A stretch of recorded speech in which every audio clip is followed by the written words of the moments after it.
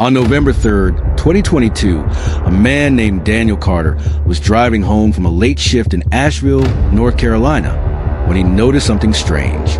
It was nearly 3:15 a.m., and he was taking a familiar route down Blue Ridge Parkway, a scenic but desolate stretch of road surrounded by thick forest. As he neared milepost 364, his headlights caught something, or rather, someone, standing motionless near the tree line. It was a woman, barefoot, dressed in a torn white shirt and shorts, and completely drenched. At first, he thought she was just lost or in distress, but then he noticed something chilling. She was staring directly at him, unblinking, as if waiting for him to stop. A gut instinct told him to keep driving, but something about her wasn't right. After a moment of hesitation, he turned around and slowly pulled up beside her. When he rolled down the window and asked if she needed help, she didn't answer. Instead, she lifted her hand and pointed straight into the dark forest. Daniel, feeling uneasy, grabbed his phone to call 911. But before he could dial, the woman suddenly sprinted into the woods. Without thinking, he jumped out of his car, shining his flashlight into the trees. She was gone, fearing she might be in danger. He stayed put and called the police. Officers arrived 20 minutes later, sweeping the area for signs of the woman. That's when they found something terrifying. A small clearing just 50 feet from the road, littered with torn clothing and scattered footprints leading into a nearby creek. A search team was assembled that morning, and by daylight, they discovered her. The same woman, barefoot, disoriented, and unable to recall anything about how she got there. Authorities soon identified her as Laura Jensen, a 26-year-old woman who had been reported missing 3 days prior, from a town over 70 miles away. She had no recollection of how she ended up in the middle of the forest, soaking wet and barefoot. The only thing she could remember, I was running from someone. Her car was later found abandoned on a back road 12 miles away, with no signs of forced entry. What happened during those missing 3 days remains a mystery to this day. Some believe Laura suffered from dissociative fugue, a rare condition where extreme stress can cause someone to lose their identity and wander off. Others, however, believe something far more sinister was at play, because to this day, she swears someone was chasing her that night. In August of 2024, popular Twitch streamer Ryan Rizzy Matthews and his friend Dax were doing an IRL live stream in Los Angeles, California. The two had planned a night of exploring the city's nightlife, chatting with fans, and showcasing the high-energy atmosphere of downtown LA.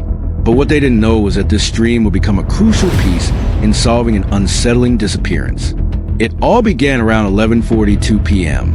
when they stopped at a small 24-hour diner on Main Street. As they chatted with their viewers and waited for their food, a disheveled young man approached their table. He was barefoot, wearing a ripped hoodie, and had a blank, almost haunted expression. At first, Ryan and Dax assumed he was just another street wanderer, but something about him felt off. When the man finally spoke, his words were erratic and confused. "They took my phone. I think I was supposed to be home by now, but I don't know where home is." Ryan and Dax exchanged uneasy glances. They asked the man his name, but he hesitated before mumbling something that didn't make sense. His voice was low, shaky, and he kept looking over his shoulder as if someone was following him. Was he on something? Was he in trouble? For the sake of content, the two streamers played along at first, asking him random questions and making light-hearted jokes. But as the man continued to ramble, a chilling realization set in. He was genuinely lost. After a few awkward moments, the man suddenly backed away and hurried out of the diner. Viewers in the chat began speculating. Was he a lost tourist? A runaway? Or was something more sinister at play? Ryan and Dax moved on with their stream, brushing off the odd encounter. But less than 48 hours later, Ryan received an email that made his blood run cold. It was from a woman named Linda Pierce, claiming to be the mother of a missing 18-year-old named Ethan Pierce. The subject line read, "I think you saw my son." The email explained that Ethan had been missing for nearly 5 weeks, last seen in San Diego, almost 130 miles away from where the stream had taken place. Linda had been desperately searching for him. And when when a friend sent her a clip from Ryan's stream. She was shocked to recognize her own son. Attached to the email was a recent missing persons flyer. As Ryan compared the photo to the man they had spoken to, his stomach dropped. It was him. Ryan immediately contacted authorities, providing the footage and the timestamp from the stream. The LAPD launched an urgent search effort, checking the surrounding area where Ethan had been last seen. 3 days later, officers found Ethan just a few miles away from a diner, wandering near an abandoned warehouse. He was malnourished, exhausted, and disoriented, but otherwise unharmed.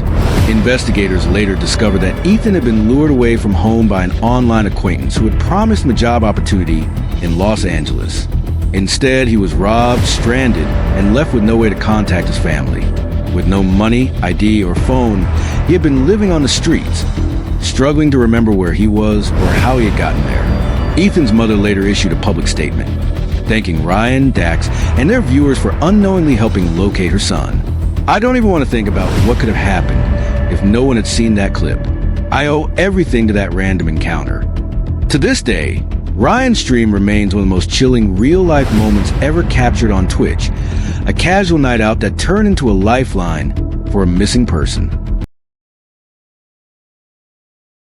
On the evening of September 14th, 2017, at approximately 6:45 p.m., 78-year-old Henry Lawson vanished from his home in Charleston, South Carolina. What made his disappearance particularly alarming was that Henry suffered from advanced Alzheimer's disease. His condition left him unable to recall even the most basic details, including his own address or the names of his family members. His wife, Margaret, had gone inside for just a moment to retrieve his medication, but when she returned, Henry was gone. She immediately searched the yard, calling his name, but there was no response.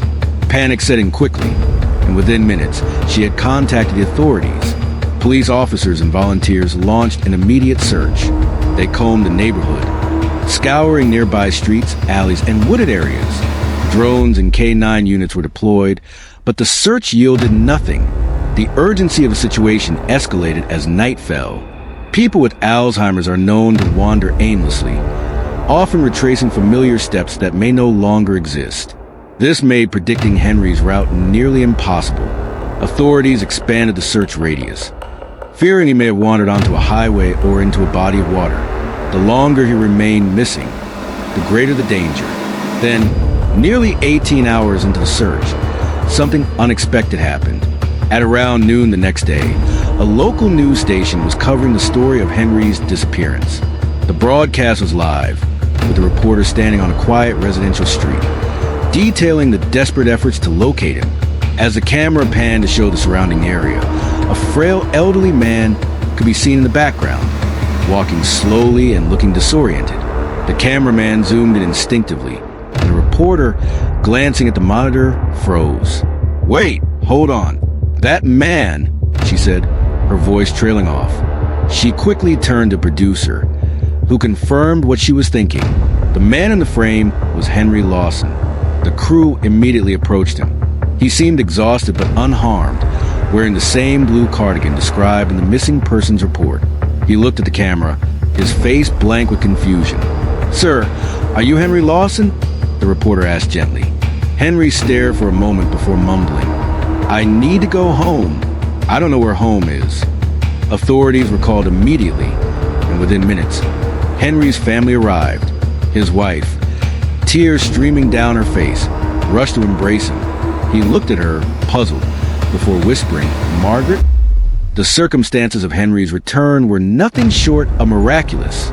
He had wandered nearly 4 miles from his home, surviving the entire night alone. His family was overwhelmed with relief, but experts warned this was a close call, one that could have ended in tragedy.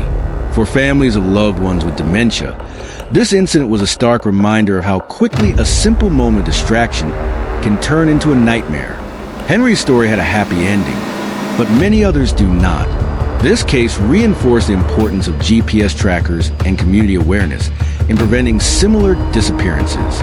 The search for Henry had gripped the entire town, and his safe return served as both a cautionary tale and a rare stroke of luck in a situation that often ends far worse. Subscribe, like, and share